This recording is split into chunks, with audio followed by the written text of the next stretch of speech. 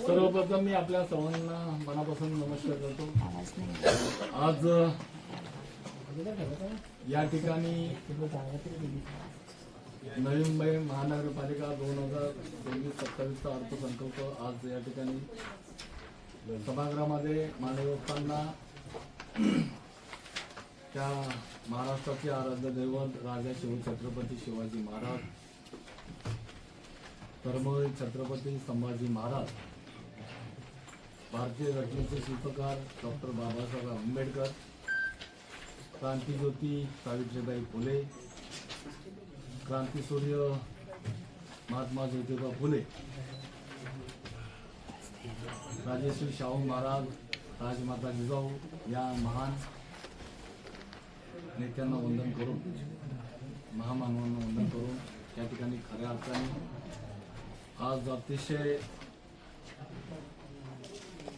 स्थायी समितीत सभापती म्हणून या सभागृहामध्ये अर्थसंकल्प सादर करत असताना या देशाचे लाडके प्रधानमंत्री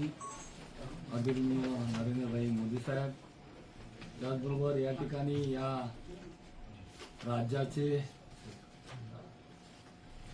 आपल्या सर्वांचे लाडके मुख्यमंत्री अभ्यास नेतृत्व देवाभाऊ देवेंद्र फडणवीस साहेब, देवाभाऊ, त्याचबरोबर त्या ठिकाणी या राज्याचे वनमंत्री, पालघर जिल्ह्याचे पालकमंत्री,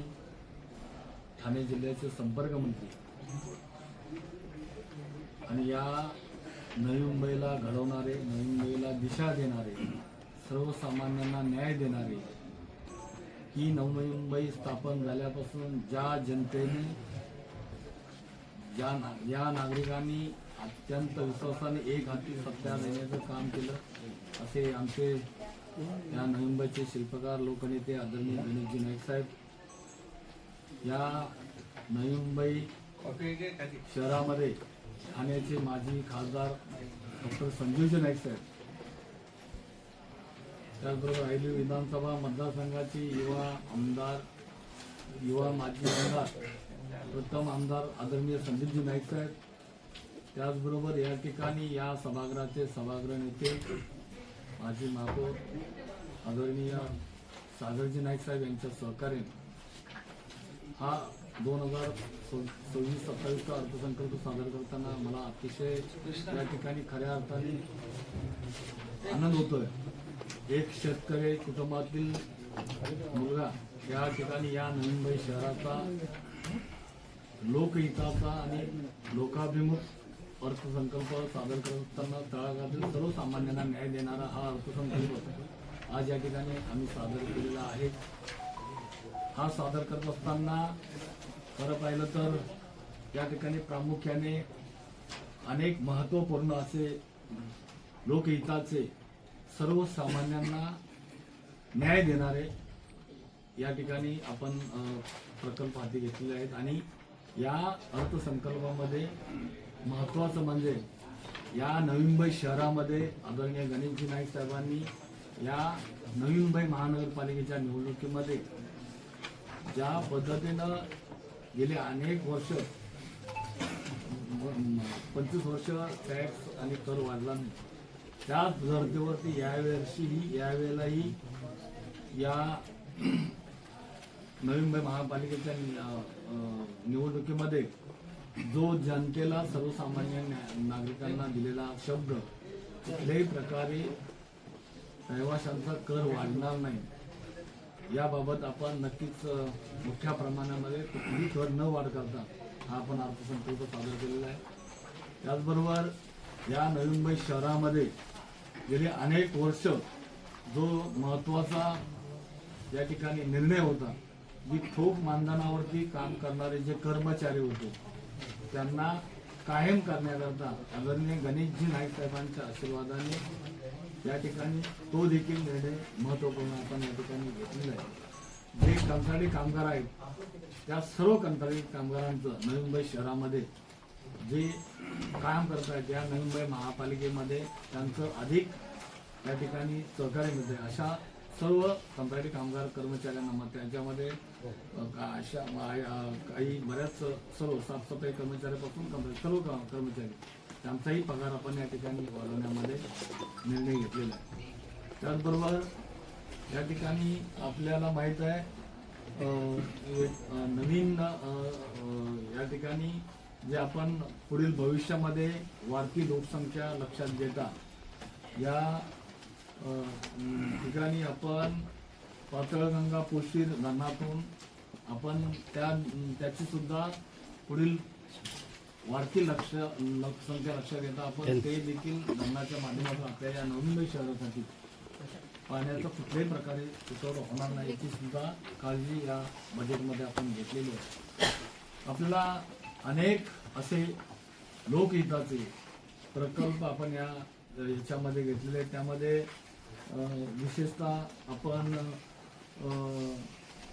वृक्षपादीकरण असो या नवी मुंबई शहरामध्ये वृक्षपादीकरणाच्या माध्यमातून पर्यावरणाच्या माध्यमातून त्याचबरोबर या परिवहन सेवेच्या बाबतीमध्ये सुद्धा अनेक महत्त्वपूर्ण आपण या ठिकाणी निर्णय घेतलेले आहेत. आपण 150 नवीन बसेस घेतोय, 100 बसेसचं आपण नियोजन केलेलं आहे आणि या शहरातील अगदी सर्वसामान्य जनतेला या ठिकाणी न्याय देण्याचं काम आपण या ठिकाणी केलेलं आहे. विशेषतः आपण पाहताय याच्यामध्ये आपण जे नवी मुंबईमधले धरण तलाव आहेत म्हणजे होल्डिंग पॉईंट आहेत त्या सर्व होल्डिंग पॉईंटची सुद्धा आपण या ठिकाणी चांगल्या धर्तीवरती आपण त्याचं सुद्धा नियोजन या ठिकाणी केलेलं आहे. त्याचबरोबर घनसोलीमध्ये आपण मोठ्या प्रमाणामध्ये चांगल्या पद्धतीनं दर्जेदार असं क्रीडा संकुल देखील या माध्यमातून आपण या बजेटमध्ये घेतलेलं आहे. नवी मुंबई शहरामध्ये या माझ्या सर्व रहिवासी बंधू भगिनींना तळागाळातील सर्वसामान्य नागरिकांना आदरणीय गणेशजी नाईक साहेबांचं नेहमी सातत्यानं या नवी मुंबई महापालिकेमध्ये प्रत्येक गोष्टीमध्ये जास्त भर दिला असेल तर आपण तो सगळ्यात अति महत्त्वाचा म्हणजे आरोग्याच्या सेवेच्या दृष्टिकोनातून दिलेला आहे. त्यामुळं आरोग्याच्या बाबतीमध्ये सुद्धा आपण अनेक सुधारणा करून आरोग्याची अधिक सुविधा चांगल्या पद्धतीने कशा पद्धतीने देता येईल त्यामध्ये सुद्धा सुधारणा केलेली आहे. यामध्ये प्रामुख्यानं मी एक तर आपल्याला सांगेन की वनचं आपण डिपार्टमेंट सुद्धा आपण या नवी मुंबई शहरामध्ये आपण ते एक मोठं महत्त्वपूर्ण आपण हा निर्णय घेतलेला आहे की जेणेकरून त्या वन असणाऱ्या सर्व पेशंटना त्याचा तो एक लाभ घेता येईल. त्याचबरोबर ETC केंद्राचा सुद्धा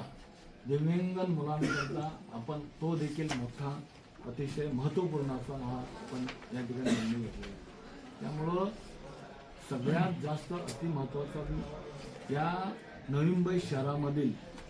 सर्वसामान्य गोरगरिबांच्या विद्यार्थ्यांकरता एक चांगलं दर्जेदार शिक्षण मिळावं, प्रत्येक मुलाच्या आई वडिलांची अपेक्षा पूर्ण करण्याकरता सर्व महापालिकेच्या माध्यमातून जेवढं जास्तीत जास्त त्या शिक्षणाच्या बाबतीमध्ये सुद्धा आपण भर देऊन त्या ठिकाणी सर्व त्या बजेटमध्ये आपण तरतूद केलेली आहे. अशा अनेक त्यामध्ये पार्किंगची व्यवस्था आपण या ठिकाणी आपल्याला माहीत आहे की पार्किंगच्या व्यवस्थेबद्दल बरीच मोठी समस्या या ठिकाणी निर्माण होत असते. म्हणून आपण पार्किंगच्या व्यवस्थेमध्ये सुद्धा आपण या ठिकाणी मोठ्या प्रमाणावर सुधारणा व्यवस्था करणार आहे. आपल्याला माहित आहे की या शहरामध्ये शहराच्या बाजूलाच जवळच असणारं जे एअरपोर्ट आहे विमानतळ आहे त्या धर्ती म्हणजे ती आपल्या बाब लक्षात घेता मोठ्या प्रमाणामध्ये या नवी मुंबई शहरामध्ये ट्रॅफिकची समस्या फार मोठ्या प्रमाणात होत असते, विशेषतः पानबीच्या मार्गावरती होत असते. तर त्यामुळं फ्री सिग्नल करण्याचं देखील आपण या बजेटमध्ये आपण तरतूद करून घेतलेली आहे. त्याचबरोबर नर्सिंग कॉलेज असो या शहरामधील सर्व लोकप्रतिनिधींकरता एक मोठा निधी प्रभाग निधी म्हणून आपण त्यांची सुद्धा या ठिकाणी या शहरातील तात्काळ लोकप्रतिनिधींना त्यांच्या वार्डमधील असणाऱ्या सर्व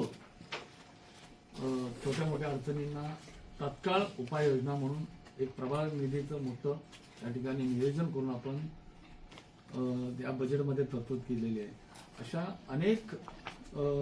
काही गोष्टींचे आपण या सर्व नवी मुंबई शहराकरता मोठ्या प्रमाणावरती प्रत्येक गोष्टीचा ज्येष्ठांकरता विमुक्त केंद्राच्या सुधारणेच्या बाबतीमध्ये आपण तो देखील मोठा महत्त्वपूर्ण निर्णय घेतलेला आहे. माझ्या या नवी मुंबईतील सर्व माता भगिनींकरता ज्या पद्धतीनं योजनांच्या माध्यमातून चांगल्या पद्धतीनं लाभ घेता येतो आणि लाभ देता येतो, त्या सर्व गोष्टीमध्ये त्यांची अधिक भर करून माझ्या सर्व नवी मुंबईतील माता भगिनींकरता सुद्धा आपण योजनेच्या माध्यमातून आपण केलेले. त्याचबरोबर लखपती दीदी योजना,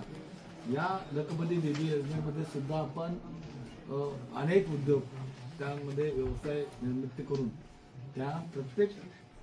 गरजू महिलांना त्या माध्यमातून एक रोजगार व्यवस्था तयार करण्याचं काम देखील आपण या ठिकाणी घेतलेलं आहे. आणि अशा सर्व या शहराच्या दृष्टिकोनातून अधिक महत्त्वपूर्ण निर्णय आपण या सर्व बजेटमध्ये घेतलेले आहे. हा बजेट बनवताना मला अतिशय आनंद होतोय की हा बजेट 6,704 कोटीचा या ठिकाणी आपण बनवलेला आहे. आणि बनवून सर्व स्थायी समितीच्या सदस्यांना या ठिकाणी विश्वासात घेऊन त्यांच्या सर्व प्रत्येक डिपार्टमेंटच्या हेडच्या अधिकाऱ्यांना आयुक्त साहेबांच्या माध्यमातून सर्व आयुक्त साहेबांनी सर्व अधिकाऱ्यांनी या ठिकाणी जमा खर्चाची एकंदरीत माहिती दिल्यानंतर तो आम्ही स्थायी समितीने बनवलेला आहे. आणि हा स्थायी समितीचा अर्थसंकल्प 6,704 कोटीचा सादर करताना मला सार्थ अभिमान होतोय. या ठिकाणी मनापासून आपल्या सर्वांचं अभिनंदन करतो आणि आज आपण हा बजेट या ठिकाणी सादर केला.